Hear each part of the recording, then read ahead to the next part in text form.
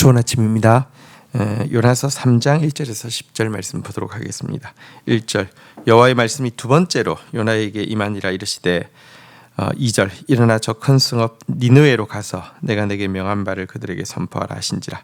3절 요나가 여호와의 말씀대로 일어나서 니느웨로 가니라.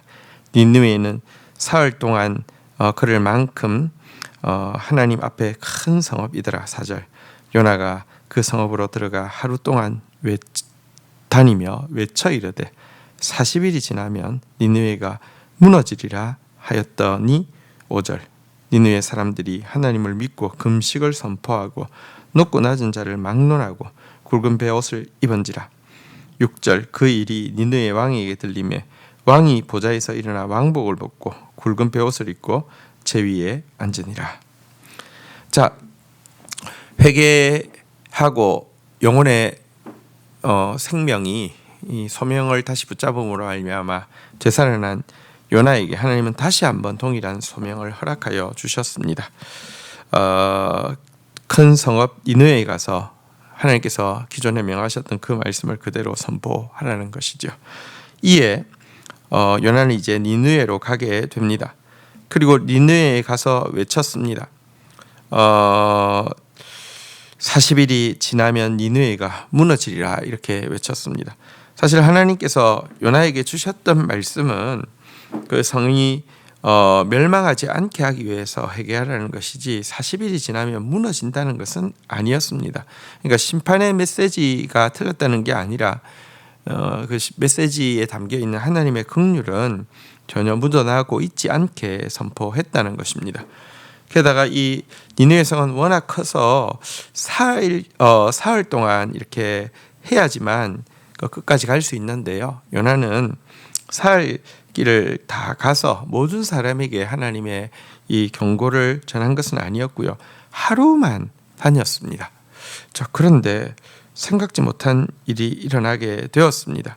하나님은 이미 니느웨 사람들의 상황을 통하여서 그들에게 가난한 마음을 예비시켜 두셨고 답을 알지 못하던 그들에게 요나의 입을 통하여서 하나님의 말씀이 답처럼 들리게 해 두셨던 것입니다. 요나가 활동하던 시기는 여로보암 2세인데요. 그 당시 역사책에 보면 아수리에 2해에 걸친 큰 전염병이 돌고 있었는데요. 이 때문에 요나가 선포하는 이 선포가 하나님의 분명한 경고의 표적으로 받아들여졌던 것입니다. 예수님도 이런 말씀을 하셨습니다. 요나가 니느웨 사람들에게 표적이 됨과 같이 이런 말씀을 하셨는데요. 그러니까 이미 하나님께서 이 상황과 마음을 준비해 놓은 상태에서 마지막으로 명확하게 하나님의 말씀을 요나를 통하여서 전하게 하셨다는 것입니다.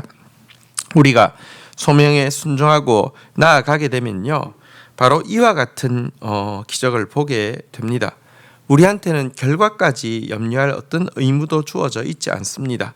순종하는 것은 우리의 몫이지만 여호와 이레로 준비하시고 결과를 맺게 하는 것은 하나님의 몫입니다. 그리고 하나님은 하나님의 몫의 일을 결코 태만하거나 결코 불완전하게 하는 분이 아니십니다.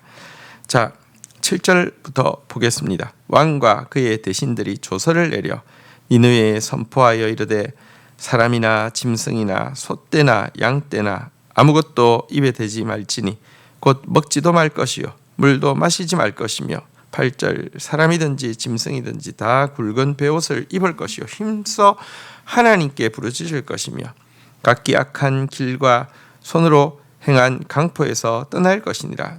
9절 하나님이 뜻을 돌이키시고 그 진노를 그치사 우리를 멸망하지 않게 하시리라. 그렇지 않을 줄 누가 알겠느냐 한지라. 10절 하나님이 그들이 행한 것 곧 그 악한 길에서 돌이켜 떠난 것을 보시고 하나님이 뜻을 돌이키사 그들에게 내리리라 말씀하신 재앙을 내리지 아니하니라. 자, 니느웨 사람들은 왕부터 백성까지 전부 굵은 베옷을 입고 전부 금식하고 재앉아 부르짖었습니다. 심지어 이 금식에 굵은 베옷을 입는 것에 가축들까지 포함시켰습니다. 그리고 그들의 기도의 내용을 보면요, 과거에 행했던 악한 길과 손으로 행한 강포에 대해서 회개하고 이 길에서 떠나고 이 강포를 내려놓았습니다. 왜 이렇게 금식하며 또 행위를 바르게 하며 이렇게 굵은 베옷을 입고 참회하면서 하나님 앞에 기도했을까요? 혹시 임할 줄 모르는 하나님의 긍휼만이 살 길이라는 생각 때문이었습니다. 사실 여기에는요, 자신들이 진노받아 마땅하다는 겸손한 고백도 포함되어 있었습니다. 하나님을 향해서 왜 우리한테 이렇게 하느냐, 원망하는 마음으로 내가 뭘 잘못했길래 우리한테 이렇게까지 가혹하게 하느냐, 불평하는 마음으로 나아가면 여러분 해답이 없습니다. 회개가 사실은 하나님께서 역사하시도록 하는 첫 단추이죠. 겸손이 없이는 또 회개할 수 없는 것이죠. 자, 이렇게 회개하자. 하나님은 긍휼이 풍성한 분 아니십니까? 이들의 회개를 기쁘게 받으시고 뜻을 돌이켜 재앙을 내리지 않으셨습니다. 이것은 요나의 마음과는 같지 않죠.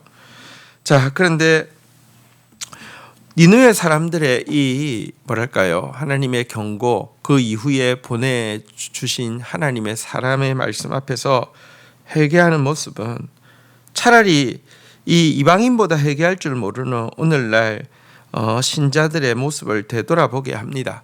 예수님이 이렇게 말씀하셨습니다.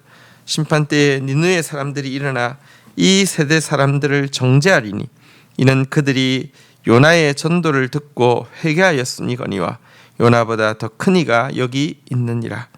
어쨌든 우리가 참 하나님께서 믿음을 주셨다는 건 너무 놀라운 일이지만 오늘 여기 살펴본 바대로 비신자보다 더 회개할 줄 모르는 것이 신자일 경우가 많습니다. 비신자보다 사랑이 없을 경우가 신자들에게 더 많이 발견되어집니다. 비신자보다 더 불순종하고요, 비신자보다 더 기도하는 마음이 없습니다. 그러니까 우리에게 믿음을 주셨다는 건 정말 놀라운 은혜지만 믿는 자의 합당한 모습을 가지지 않는다고 하면 그건 정말 하나님 앞에 죄스러운 일이 아닐 수 없습니다. 참된 믿음의 사람으로 세워지기를 주의 이름으로 축원드립니다. 주신 말씀 붙잡고 기도하며 나가도록 하겠습니다. 하나님, 요나가 다시 사명을 붙잡고 순종하고 나아가자. 불완전한 순종이었고 불완전한 마음으로 하나님의 마음이 부족한 상태에서 행하는 사역에도 하나님이 말씀을 들을 자들의 상황과 마음을 준비해 놓으셔서 그의 말씀이 하나님의 말씀처럼 들리게 하시고 회개의 역사가 일어나게 하신 것을 보게 됩니다. 결과는 우리의 몫이 아니고 순종만 우리의 몫이며 준비도 여호와 이레의 준비와 여호와 이레의 역사의 결과는 여호와의 몫임을 고백합니다. 신실하게 주께서 일하실 것이오니 순종하며 나아가는 저희들 되어질 수 있도록 은혜를 베풀어 주시기를 간절히 간구하고 소원합니다.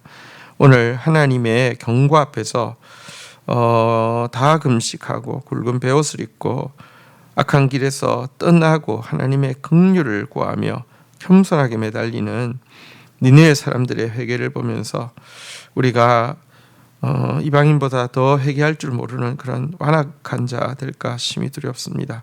참으로 하나님 앞에서 철저하게 참회하고 회개하는 자로 설 수 있도록 은혜를 더하여 주옵소서. 예수 그리스도의 이름으로 기도 올립니다. 아멘. 저녁에 금요 부흥 집회 있습니다.